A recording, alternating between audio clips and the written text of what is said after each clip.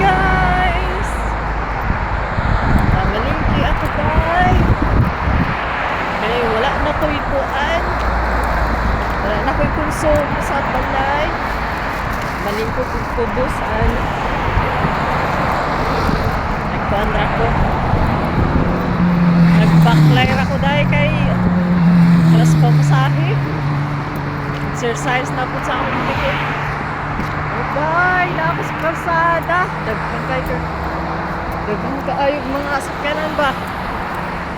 Daghan akong sakyanan. Oh, joke. Bitaw ako Ay, nako. Kapoy-kapoy gamay. Okay, baklay naman ta. Maoning kuan. Pobre ra. Trabaho ning palad diri sa kuan, lugar sa mga Arabo. Ako dahi.